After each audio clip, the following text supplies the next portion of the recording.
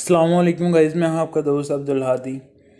तो breaking news, आज की जो ब्रेकिंग न्यूज़ है उसके साथ आपकी इसमें हाजिर हूँ। जो फ़िलहाल ब्रेकिंग न्यूज़ चल रही है वो ये है कि पाकिस्तान में डॉक्टर उसामा कोरोना वायरस की वजह से शहीद हो गए हैं। शहीद इसलिए कहा जा रहा है क्योंकि उन्हों की जो मौत है वो इस वजह से हुई है क्योंकि वो कोरोना वायरस के ख़िलाफ़ जिहाद कर रहे थे। यानी कि उनकी ड्यूटी लगी हुई थी और ड्यूटी से भागे नहीं, ड्यूटी के दौरान उनकी मौत हो गई है, इसलिए उनको वो शहीद कहलवा रहे हैं। वाकई ये कहना भी बनता है, जितना उन्होंने बहुत ज़्यादा काम किया हमारे लिए।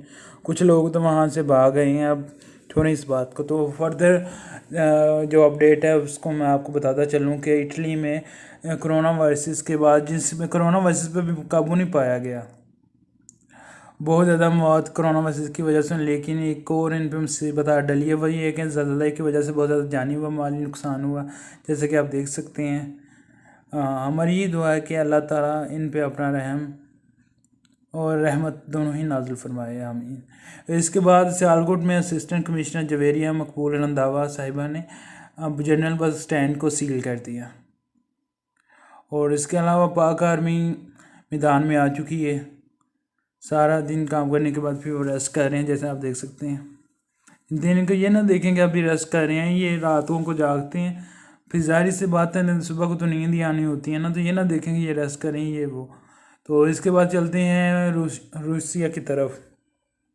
तो रूसिया के प्रेसिडेंट ने कोरोना वायरस के ख़िलाफ़ आवाम को घरों में रखने के लिए गलियों पूरे मुल्क में 800 शेर भेज दिए, ताकि इस शेर के डर से लोग अपने घरों में महफूज रहें।